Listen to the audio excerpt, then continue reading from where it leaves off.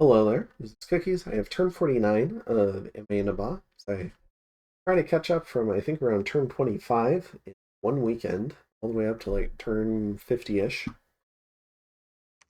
So we cast some Harus bags, we got some Bowls of Blood, Garden of Bones, which I think is one death. Good. Do get another Shaitan. Blood economy is starting to pick up a little bit. At 40, 54. I'd love to get this up to enough to get a Shaitan every turn. Would be our first little milestone. We've got a battle in the Sanguine Swamp. Alright, so we have a number of Janguard here. Our Starving and Wounded squad. They're no longer starving. Many of them are wounded. About to take on some Ichthids in a swamp, which means they've got all these poison mushrooms to deal with. Poison explosion on death. They take damage just from being walked over. At least sometimes.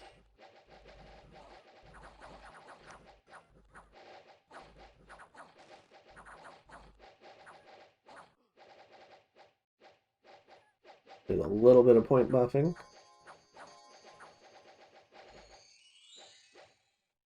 And it looks like they've routed.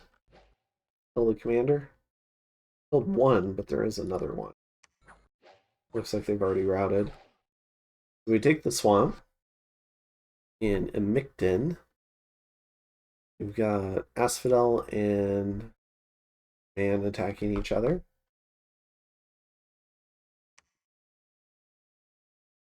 Not a whole lot here, just a retreating scout.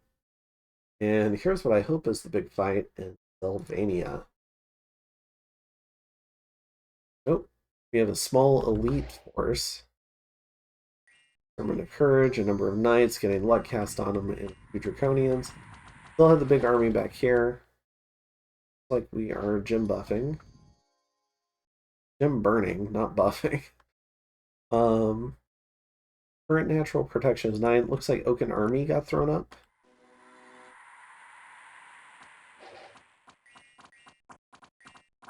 In relief. Solar Brilliance also coming in. Oh, the Frostfather's here. Ramel Hubberk. Very cool. Bunch of Astral, a few Air. So he's doing Solar Brilliance. Got relief up. Or no. Asphodel's got relief up.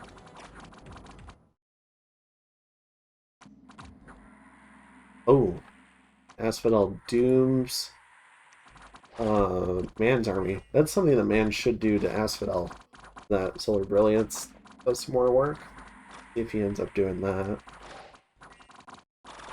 Some of these knights are going to go in and try to hold the gate while Solar Brilliance does its work. Now you can see the MR on mannequins is actually pretty decent. It's from 14. They haven't even been buffed yet with something like anti-magic.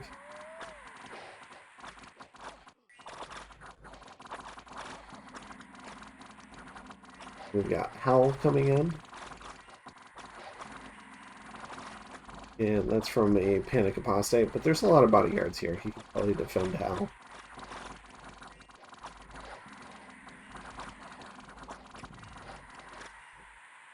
All these guys should be carrion seated. Doesn't look like it.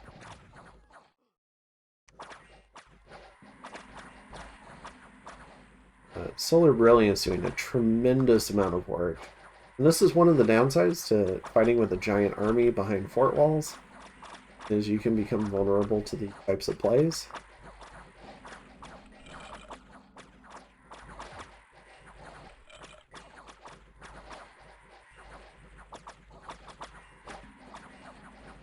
Last of the knights about to go down here. Still a significant number of sacreds.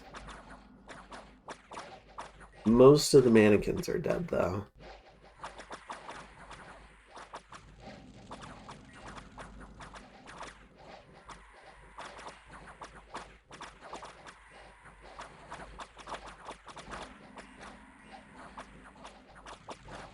Alright, so they kill that final knight.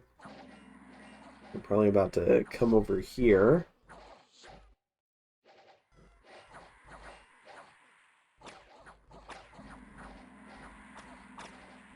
Oh, and the Sacreds are out of their carrion bows, so they're just running in to fight. They're actually not that great at it. So they've got okay defense skill, but their Vine Whip and their Cliff don't do a ton of damage. They still have the Sleep Vines. So they're going to work on fatiguing out. First they have to harass down, and then they fatigue out man's knights.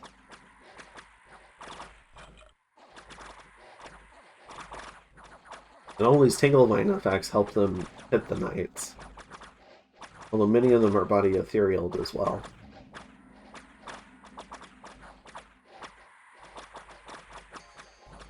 Terror? What are you terroring? None of them care about terror. They're all... Oh, maybe these guys do. Oh, they're only 17 morale. Okay.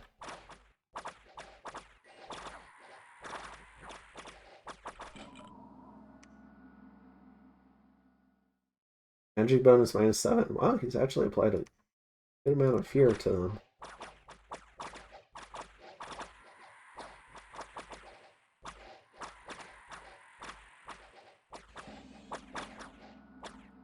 Ogres are making contact. There's just not many of them left. And they should HP route soon if they haven't. Yep, HP routing. See the mannequins dissolving.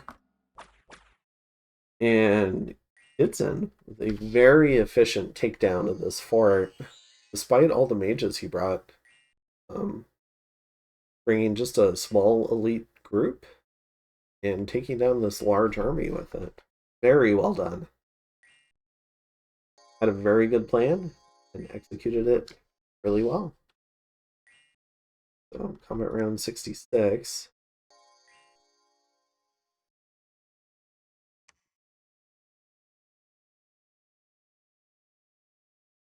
Oh, so the battle ends. Alright. So he ends up losing 32 knights. Now that's a significant investment. They're 90 gold each.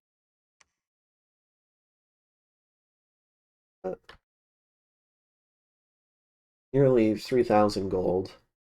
Oh, losing some draconians.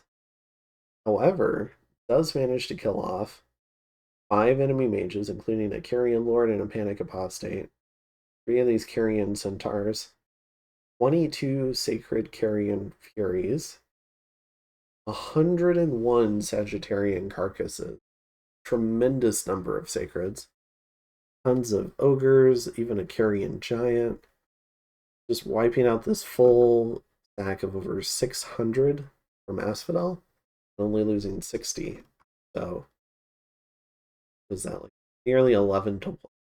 Oh, extremely well done. Well played to Kidson. One of the better takedown battles I've seen for just a well-scripted army. We've got some 2 unrest events. And more severe heat. And the walls are critically damaged in Bandarlog. Alright.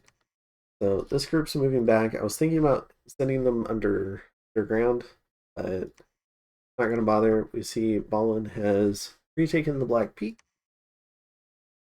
We're continuing to siege here. We're bringing in gems and stuff. I've renamed our Hori to Gold Digger.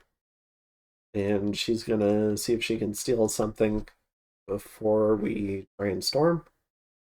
Not steal something, maybe she can kill something. Additionally, this group is still patrolling, guarding the retreat route. And we're continuing to expand blood hunting. Continuing to try and get in a little bit of site searching. And I think that's most of it. The strategic picture honestly hasn't really changed much in the last 20 turns. Still no globals. Irene's still blood hunting like crazy. Zan is still scaling, doing what he's doing. Haven't really heard much about Ulm. Man and Asphodel are still fighting, like they were 20 turns ago. Garth is getting killed by Asphodel, and Abyssia is recovering. We're going to go ahead and try to finish off Banderlog. This prelude or quiet period, and we'll see what the noise brings later on. So, hope you enjoyed that extremely well scripted fight from Kidson. In the next one, have a good one. Turn 50.